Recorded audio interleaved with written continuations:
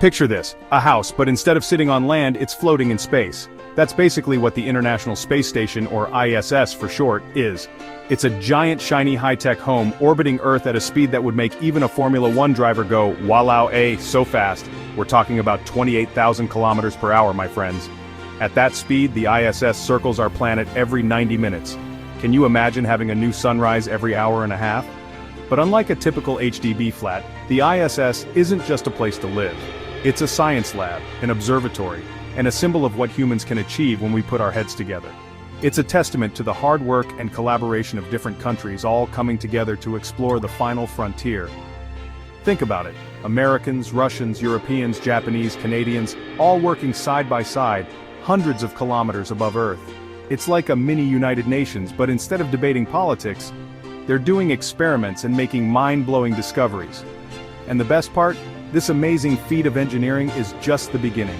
The ISS is like our first baby step into the vastness of space, a stepping stone to even greater adventures in the cosmos. Now you might be wondering, how on Earth, or rather off Earth, did they build something so massive in space? Well, they couldn't exactly hire a contractor and get a cement truck up there, right? That's where the genius of modular design comes in. Imagine building a Lego set, but instead of bricks, you're connecting entire rooms and laboratories. That's the basic idea behind the ISS. Each part of the station, called a module, was built on Earth and then launched into space separately. Like a giant jigsaw puzzle, astronauts carefully pieced these modules together in orbit. This modular design has some serious advantages, you see. First, it's way easier to launch smaller, lighter sections into space than one giant heavy structure. Second, if something needs fixing or upgrading, you don't have to bring the whole station back down to Earth. Just swap out the faulty module with a new one, like changing a light bulb. This approach also allows for expansion over time. As new technology becomes available, or if scientists want to conduct different types of experiments, new modules can be added to the ISS. It's like adding an extension to your house, but instead of bricks and mortar, you're using cutting-edge aerospace engineering. Remember how we talked about the ISS zipping around Earth at 28,000 kilometers per hour?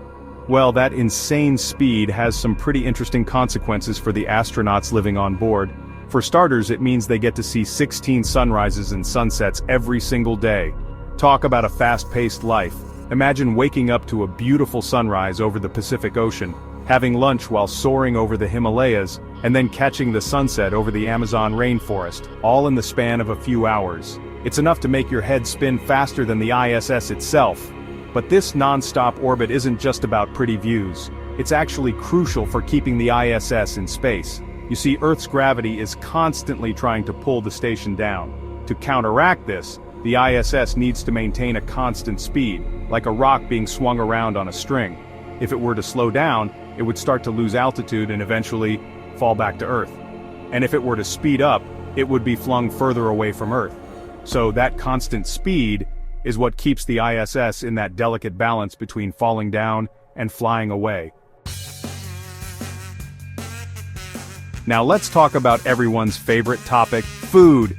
Eating in space is a whole different ballgame compared to enjoying your chicken rice on solid ground. For starters, there's no gravity to hold things down, so everything floats. Imagine trying to eat your laksa and having noodles and gravy drifting around your face. To prevent this floating food fiasco, astronauts eat specially prepared meals that are either dehydrated, like those instant noodles, or thermostabilized, like canned food. They add water or heat up the food and voila! Dinner is served, albeit a bit blander than what we're used to down here. Salt and pepper, forget it. They come in liquid form to prevent those tiny particles from floating around and wreaking havoc on sensitive equipment. And drinks? They come in pouches with straws because pouring a glass of Milo in space is practically impossible.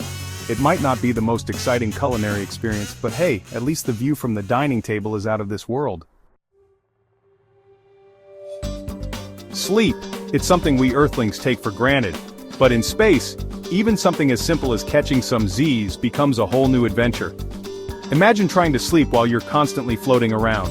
To avoid bumping into walls or each other in the middle of the night, astronauts sleep in small, phone booth-sized compartments.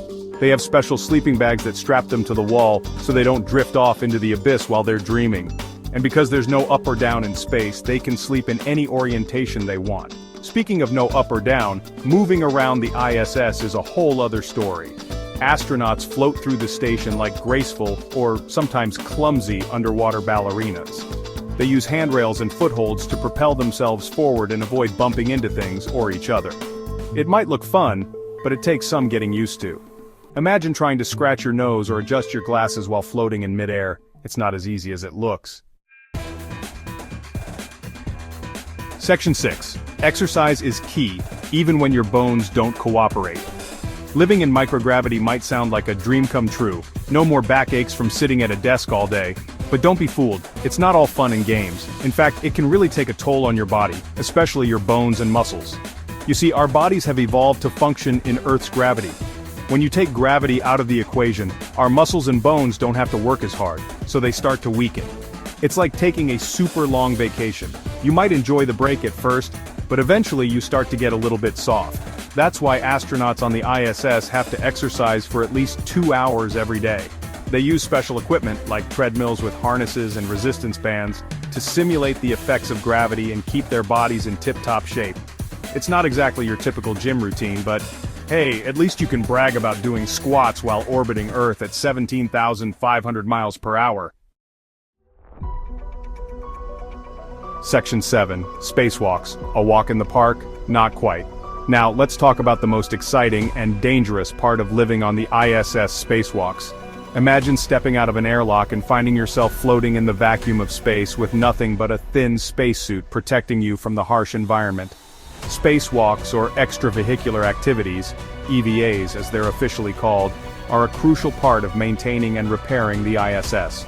Astronauts have to venture outside to install new equipment, fix damaged components, and even conduct scientific experiments. But stepping out into the void is no walk in the park. Astronauts have to wear bulky, pressurized spacesuits that are equipped with their own oxygen supply, temperature control, and communication systems. They also have to be tethered to the station at all times, otherwise, they'd float away into the abyss. And did I mention the extreme temperatures? In the sunlight, it can get as hot as an oven, and in the shade, it can plummet to hundreds of degrees below freezing. Section 8. Science, the universal language, and reason for the ISS. You might be thinking, all this floating around and eating weird food sounds fun, but what's the real purpose of the ISS? Well, my friend, it all boils down to one word: science. The ISS is essentially a giant orbiting laboratory, allowing scientists to conduct experiments in a truly unique environment: microgravity. You see, many scientific processes behave differently in space than they do on Earth, and studying these differences can lead to groundbreaking discoveries. For example, scientists are using the ISS to study how microgravity affects plant growth, crystal formation, and even the human body. They're also using it to observe Earth from a unique vantage point, monitor climate change, and even test new technologies for future space missions. The data collected on the ISS is helping us understand our planet and ourselves in ways that were never before possible. Section 9. The ISS, a stepping stone to the stars and beyond. As incredible as the ISS is, it's important to remember that it's just the beginning. It's a stepping stone, a test bed for even more ambitious space exploration missions in the future. Think about it. If we can build and maintain a permanent human presence in low Earth orbit, what's next? Some experts believe that the ISS will pave the way for future missions to the Moon, Mars, and beyond. The knowledge and experience we gain from living and working in space will be invaluable as we venture further into the cosmos. The ISS is a symbol of human ingenuity, international collaboration, and our insatiable thirst to explore the unknown. It's a testament to what we can achieve when we put our minds together and reach for the stars.